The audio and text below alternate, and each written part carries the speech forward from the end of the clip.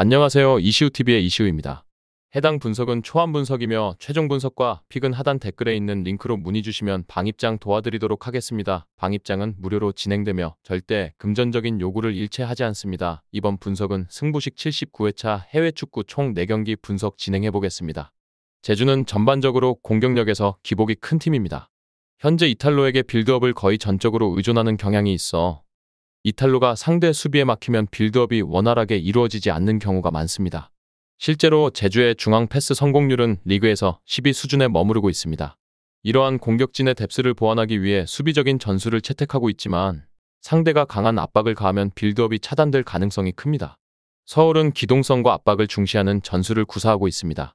한승규의 공격적인 성향과 링가드의 활동량, 기술 조화는 K리그에서 최상위권입니다. 그러나 이러한 역습 성향의 전술은 제주 원정에서 체력적인 부담을 가중시킬 수 있습니다. 비록 현재 제주 날씨가 비가 오지 않는 상황이긴 하지만 긴 원정거리는 서울에게 리스크가 될 수 있습니다. 따라서 서울은 이를 조심해야 합니다.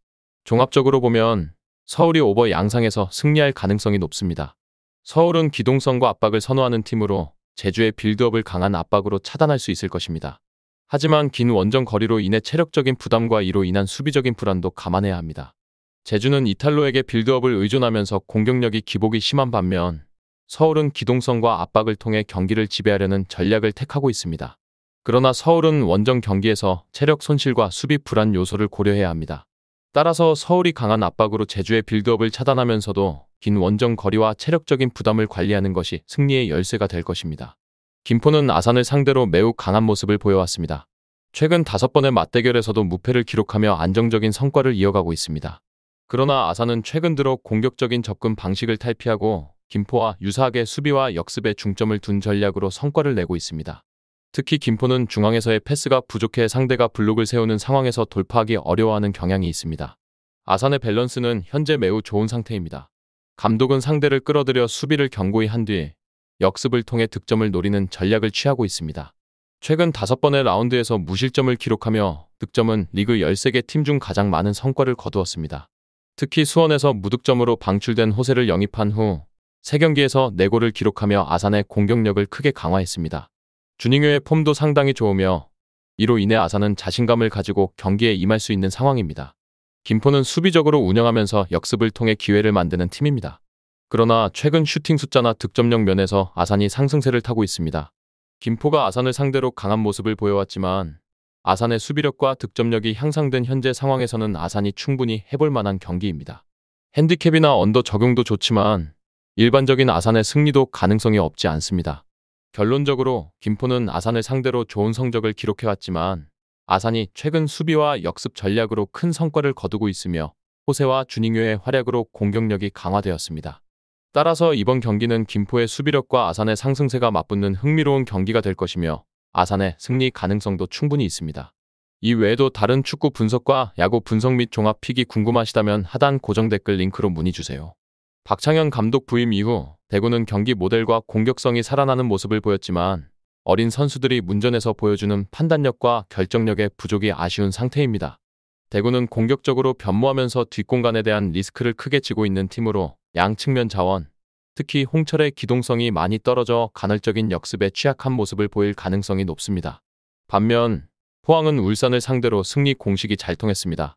김인성은 상대 측면 윙백을 스피드로 압도하며 중앙 블록을 구성해 상대의 오픈 플레이를 효과적으로 막아냈습니다. 대구를 상대로도 비슷한 전략을 사용할 가능성이 높으며 특히 김인성이 홍철과의 대결에서 스피드 우위를 점할 수 있을 것으로 보입니다. 포항이 이번 경기에서 승리할 가능성이 높습니다. 대구는 공격적인 운영에도 불구하고 골 결정력에서 기복을 보이고 있으며 포항은 스피드에서 앞서 측면을 공략하는 방식으로 대구를 역습으로 제압할 수 있을 것으로 보입니다. 지난 경기에서도 포항은 이러한 전략으로 울산을 격파한 바 있습니다. 결론적으로 대구는 공격적으로 변화하면서도 어린 선수들의 결정력 부족과 수비 뒷공간 리스크로 인해 어려움을 겪을 것으로 예상됩니다. 포항은 스피드와 측면 공략을 통해 대구를 압도할 가능성이 크며 이러한 전략을 통해 승리를 거둘 것으로 보입니다. 부산은 홈 경기에서의 부진이 이어지고 있습니다. 상대 팀들이 수비적으로 나서며 역습을 노리는 상황에 특히 약한 모습을 보이고 있으며 박진섭 감독은 스트라이커에 대한 고민이 깊어지고 있는 상황입니다. 최근 무득점 행진이 계속되던 로페즈와의 계약을 해지한 것도 이러한 고민의 일환입니다. 부산은 측면에서 역습을 허용하는 빈도가 높아 공격력이 살아나지 않으면 실리 축구를 구사하는 상대 팀들에게 어려움을 겪기 쉽습니다. 반면 부천은 원정 경기에서 더 나은 성적을 보이고 있습니다. 부천 역시 외국인 선수들의 기량에 의존하는 경향이 강해 공격력이나 지공이 뛰어난 팀으로 평가받지는 못하지만 코리아컵 대회에서 광주와의 경기처럼 실리 축구를 구사할 수 있는 팀입니다. 부산을 상대로도 원정에서는 더 신중한 접근을 할 것으로 보입니다. 실제로 부산을 홈에서 공격적으로 상대하다가 패했지만 원정에서는 보다 실리적인 전략을 통해 승점을 노릴 가능성이 큽니다. 결론적으로 부천이 원정에서 라인을 낮추고 실리 축구를 구사하며 부산을 상대할 가능성이 높습니다. 부산은 홈 경기에서 수비적인 팀들에게 약점을 보이고 있으며 최근 골 감각과 스트라이커에 대한 고민이 이어지고 있는 상황입니다. 부천은 이러한 부산의 약점을 공략하며 원정 경기에서 좋은 결과를 기대할 수 있을 것으로 보입니다.